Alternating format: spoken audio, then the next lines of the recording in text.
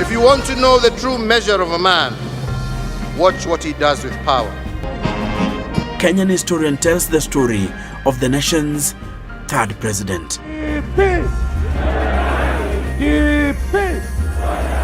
Regarded as a gentleman of Kenya's rough political landscape,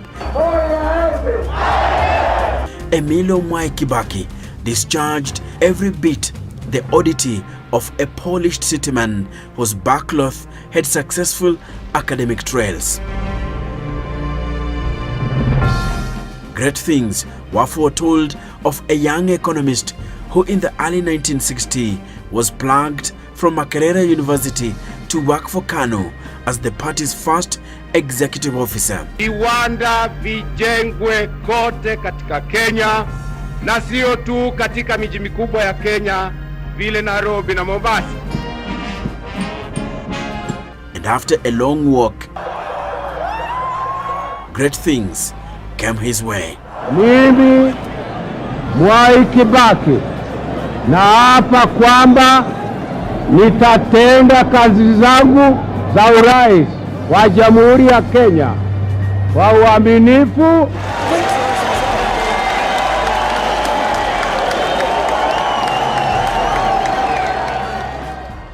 It is now my greatest pleasure to introduce to you the next President of the Republic of Kenya.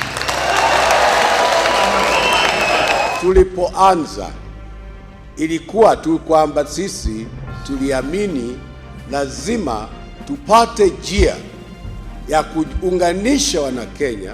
In early 2002, Mwai Kibaki's presidential pursuit looked feeble. A complicated opposition unity was a liability. Ili tufaulu na tutimize yale tulitaka kutimiza 1992 na 1997, na hatukuweza kuyatimiza kwa sababu tulikuwa tumegawanyika. And the ruling party KANU appeared stronger, having swallowed Raila Odinga's NDP.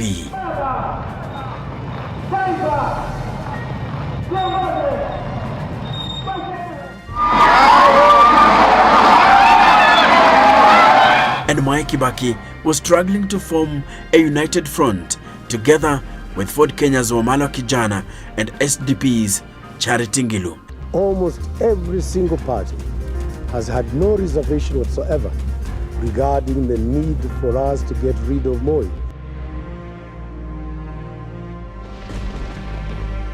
Kibaki had suffered significant setbacks in his quest for State House. Ikifika wakati wowote, But he knew 2002 was a matter of now or never. tunaweza kumarch to State House na kumwambia kwenda nyumbani. Ondoka, kwenda nyumbani. He had survived the rough political terrain in the 1970s and 1980s. But the race to succeed Daniel Arap Moi needed his cool demeanor coupled with wit and intelligence. So in my approach to any problem, I'm seeking always to a way that we can do it together, rather than some friends of mine who think that if you have a contrary opinion, their mission is to make sure they knock you down and you're out of their way.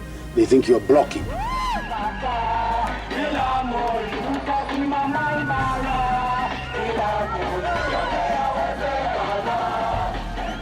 He needed to outsmart his challengers to become Kenya's third president in December 2002. Mistakes people have made in the past should not distract us from confronting the enormous challenges ahead.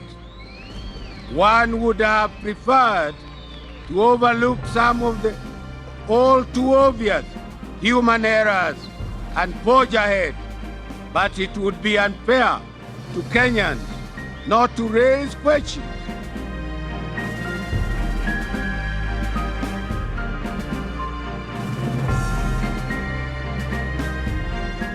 Life in government and in the opposition had introduced the gentleman of Kenya's rough political landscape to different intrigues and political games including the contest for the country's top political seat, the presidency. His public life had prepared him for this moment. It means in effect that Kenyans have given me a challenge to go ahead and fulfill all those things that I personally have been promising and our party has been promising. Kibaki's walk to the house on the hill began even before he knew it. His first strides were made as Kenya prepared to usher in the first black-led government. The day the young economist was appointed to serve the government of Mzee Jomo Kenyatta is the day the smell of power and influence hit him.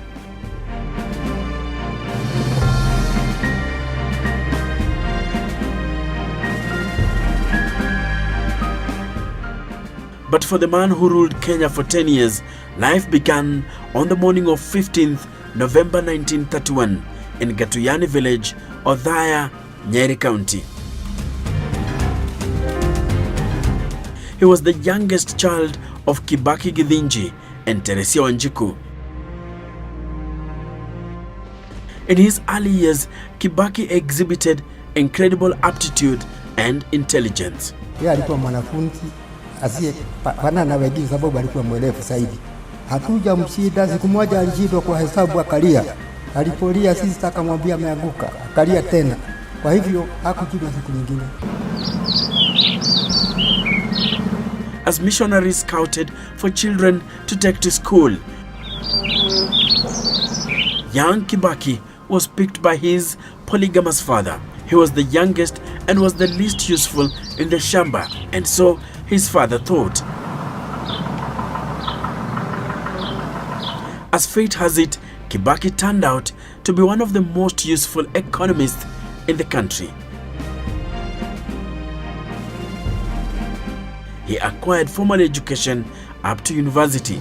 Although identified by the international media as a world leader, he chose not to take the trodden path. Instead, he opted for the uncharted path of an independent Kenya and leave a trail.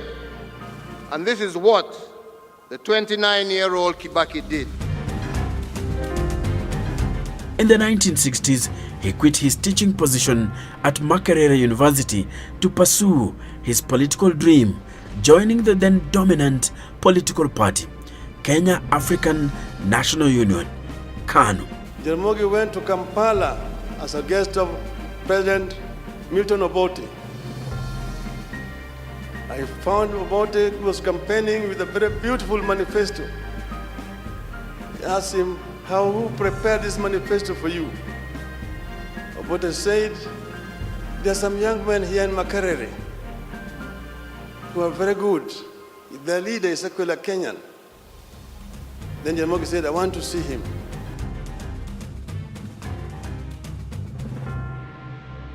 He brought Mwai Kibaki. When he brought Mwai Kibaki, Jaramogi told him, I want you to do the same manifesto like this for KANU. And he prepared with his team that beautiful manifesto. And that's how Jaramogi now invited him to come and become executive officer of KANU. If his professor at Makerere University was right, Honorable Mwai Kibaki had the hope of becoming the first African president of the World Bank, a much safer and a much more assured path. But he rejected this dream in pursuit of a more challenging vision. At this time, the Kenya African Democratic Union, KADU, was rising. Composed of minority groups, the party, led by Ronald Gala, complicated the political matrix for KANU. In 1960, Mwai, together with the late Ronald Gala, founded the Kenya African Democratic Union, KADU. The aim of the party was to defend the rights of the smaller ethnic groupings in the face of the Kikuyu and the Luo, who are the majority in KANU. KANU had been registered on June 11th, 1960. And 5 months into its troubled existence, Mwai Kibaki was hired to put things in order at the headquarters. And it showed my own commitment, because at that particular time, it was not relevant whether you are paid or not paid. We had to work very hard, because we believed, we were committed to the achievement of independence. In 1961, KANU emerged victorious after getting 19 out of 33 elective seats in the House of Representatives. A win that left Mboya and Kibaki hugging and jumping with Kenyatta in the background. Kibaki's role and style of politics became apparent. My political style is incompatible with the intrigues, manipulation, political manipulations, dishonesty of this country. Mwai is a thorough gentleman. His style of politics is more British. We must show the world that some of them have been wrong, that some of them have misunderstood us, and it's only by our action they will know that we mean business. In 1963, he contested the Donholm seat and was appointed Parliamentary Secretary to the Treasury. Donholm was the constituency where the African middle class and politicians were living.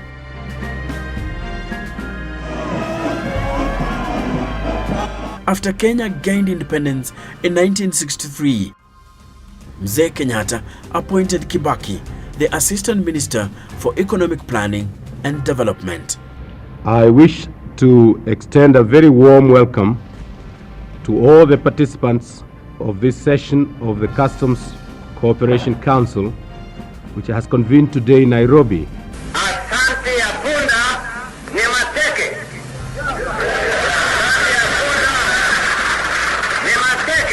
As expected of a young and vulnerable government, irreversible cracks emerged.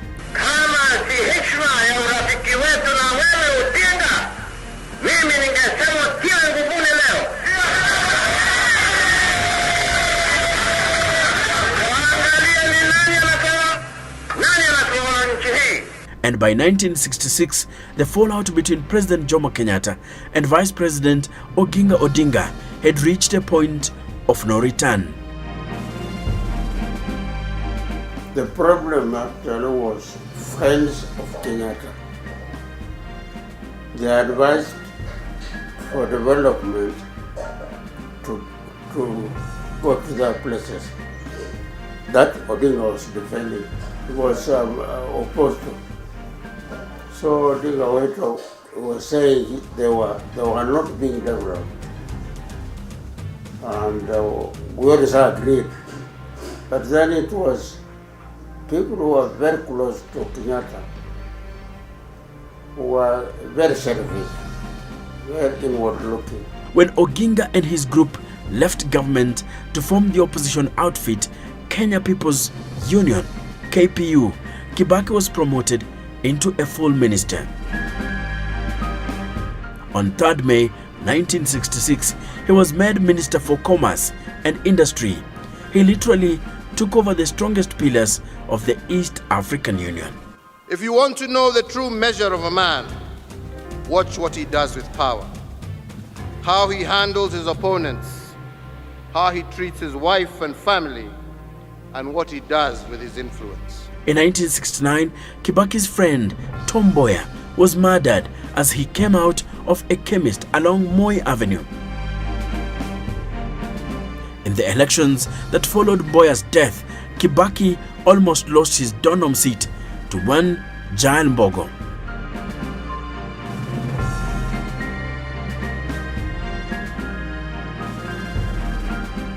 In a tactical retreat in 1974, he shifted base to his home constituency of Othaya in Nyeri. Kibaki became the reliable Kenyatta minister, and his appointment as Minister for Finance in 1969 displayed the trust that Jomo Kenyatta had in him. He kept away from the group from Kenyatta's Kiambu backyard who built a wall around the president, but his respectability as an economist helped him fight for his place in the post-independence government. During his tenure at the National Treasury, the country's economy recorded a tremendous growth. World Bank President Robert McNamara described him as one of the greatest economic brains to have emerged from Africa. The light President Kibaki lit will never flicker out because his torch continues in the lives of millions. And in 1977, the influential Time magazine saw a great potential in him. As Kenyatta's health deteriorated, a group of central Kenya politicians hatched a plan to deter Moi's ascension to power. They wanted the constitution changed. They called themselves Kiambu Mafia, but Kibaki joined hands with Moi and Attorney General Charles Njonjo to form their own camp of constitutionalists.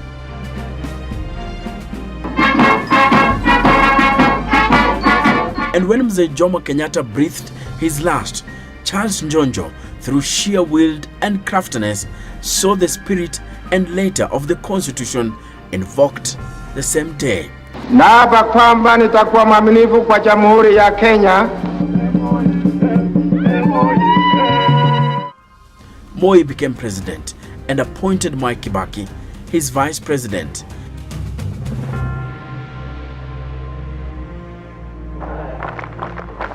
And after 90 days, Kibaki supported the election of Daniel Arap Moi as Kenya's second president. And properly supported in accordance with the Constitution by 1,000 Kenyans properly registered in various constituencies in all the parts of Kenya. The Kiambu Mafia wanted Moi's presidency to be short-lived.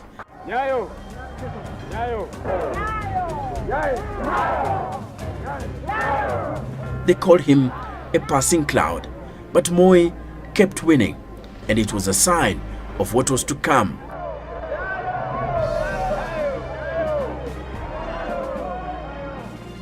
Brutal, scheming, anything goes. Moi wanted Kenyatta masses on his side, and so he coined a slogan, Nyayo, a Swahili equivalent for footsteps. He promised to walk in the footsteps of Mzee Jomo Kenyatta. But as time went by, Moi shifted the content of his philosophy to suit his own style. Moi's way of running government was eventually he made the final decision himself. He also retained much of Kenyatta's men, and more so Charles Njonjo, the man who fought to ensure he became president. Also at the heart of his cabinet was Laikipia politician Gigi Karuki, and the man who would later succeed him as president, Emilio Mwai Kibaki.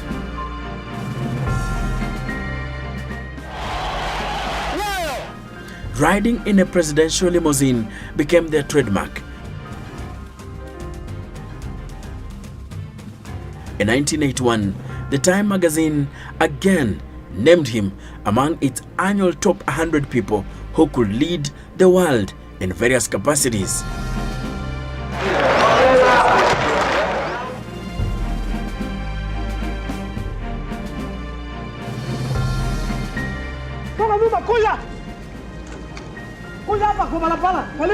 But the 1982 attempted coup changed Moi forever. 1982 coup changed Moi's strategy completely because it rearranged his priorities.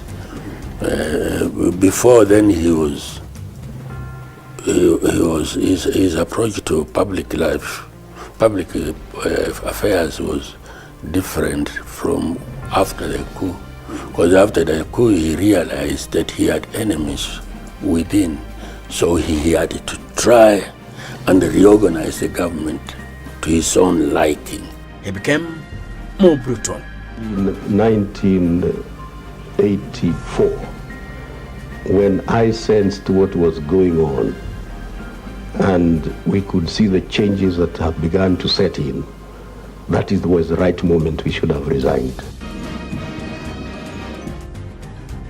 In Mwai's cabinet, he was initially entrusted with the finance portfolio, but Kibaki increasingly found himself at odds with then-President Daniel Arap Moi. He was dropped as vice president in 1988 after an attempt to rig him out of the Othaya seat failed. Josephat Karanja replaced him and he was transferred to the Ministry of Health. No reason was given for his demotion. Popular voices countrywide wanted him to reject what they saw as a humiliation and resign from government altogether. But he shunned the voices of the crowds and opted for the lonely and unpopular path then. To the shock of the nation, he embraced his demotion with grace and continued to serve the country in a lesser capacity.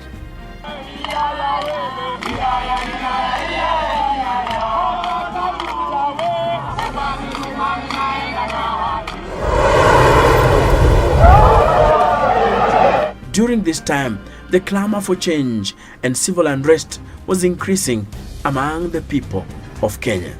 Dissenting voices against Moi's oppressive policies had become bolder and louder.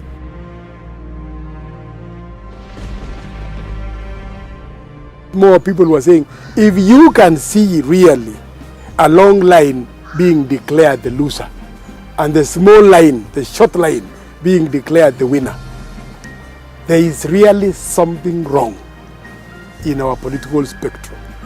We need to change it so that it is the majority that takes the day. But once a multi-party system was introduced in 1991, a move he initially opposed.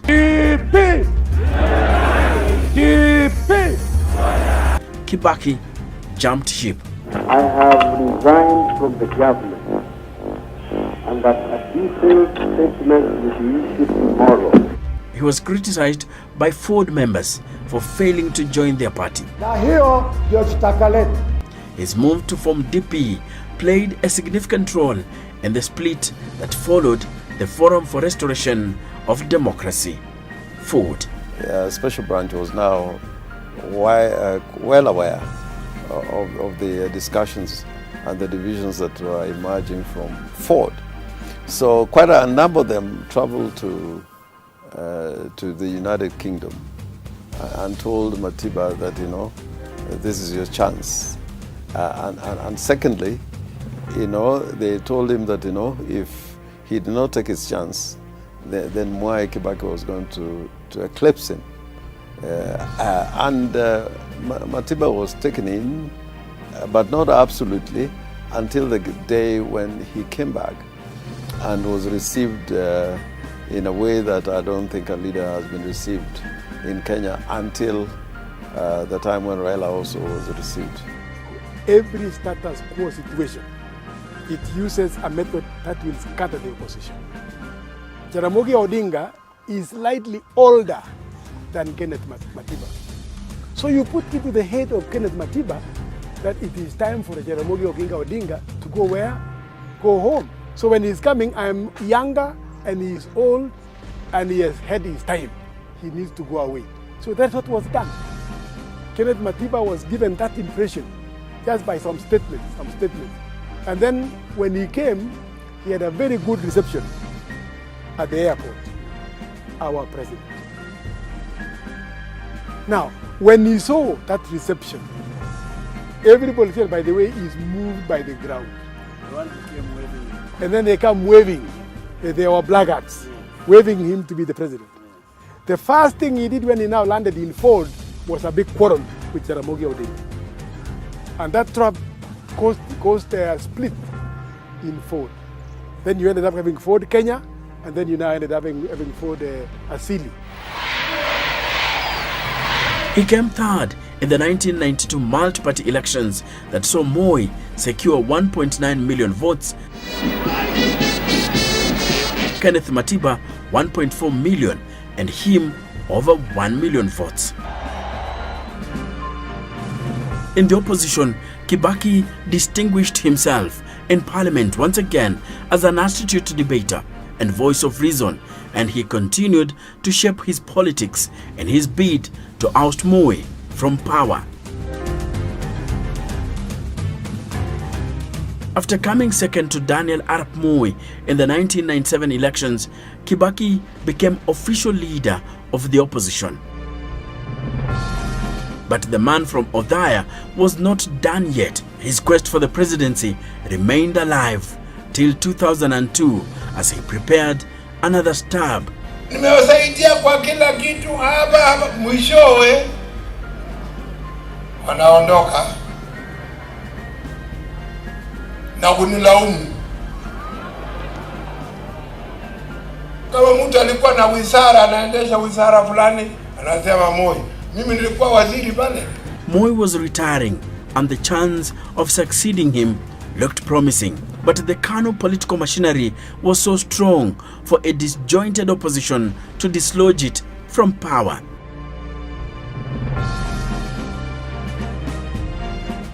He started negotiating for a joint assault from the opposition. In came Ford Kenya's Michael Kijana Wamalwa and SDP's Charity Ngilu. They formed NK, National Alliance of Kenya. His dream would get a boost after KANU split following Moi's decision of handpicking Uhuru Kenyatta as his successor. Itakuwa ni kitendo cha usalata mkubwa kwetu kama viongozi kwenda Kasarani kule tukiwa kama tunajua matokeo ya Kasarani tayari yanajulikana. A splinter group led by Raila Odinga, Professor George Saitoti,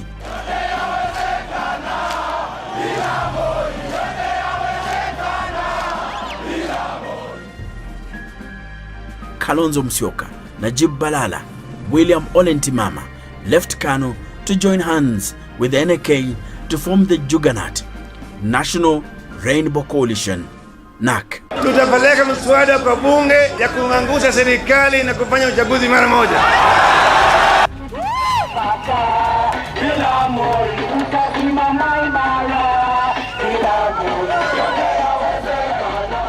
Kenyans were craving for change, that even Kibaki's accident had no impact on his campaigns. And when he returned home from treatment in London, the message was clear.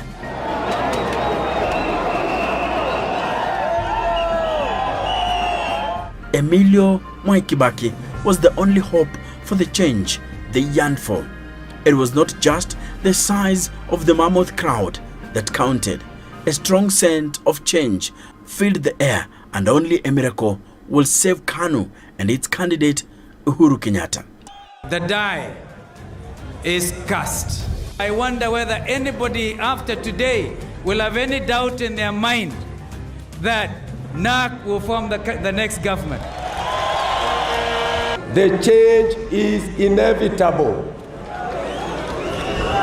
And I want to urge the KANU leadership to recognize that fact and to decide how it wishes to exit itself. Captain na naibu wake walikuwa wamepata majeraha kwenye mchezo. Wameingia kwenye kiwanja kama tayari tumeshafunga bao 2 kwa yai.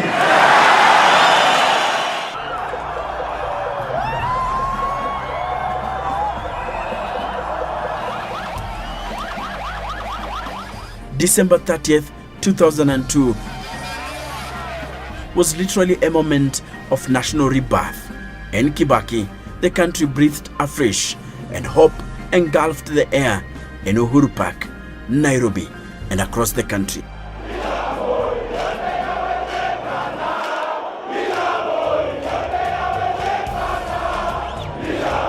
Mimi Mwai Kibaki naapa kwamba nitatenda kazi zangu za urais wa Jamhuri ya Kenya kwa uaminifu.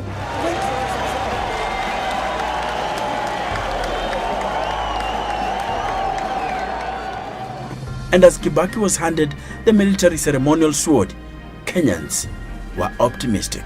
My name is Enoch Sikole, and I am the Kenyan historian.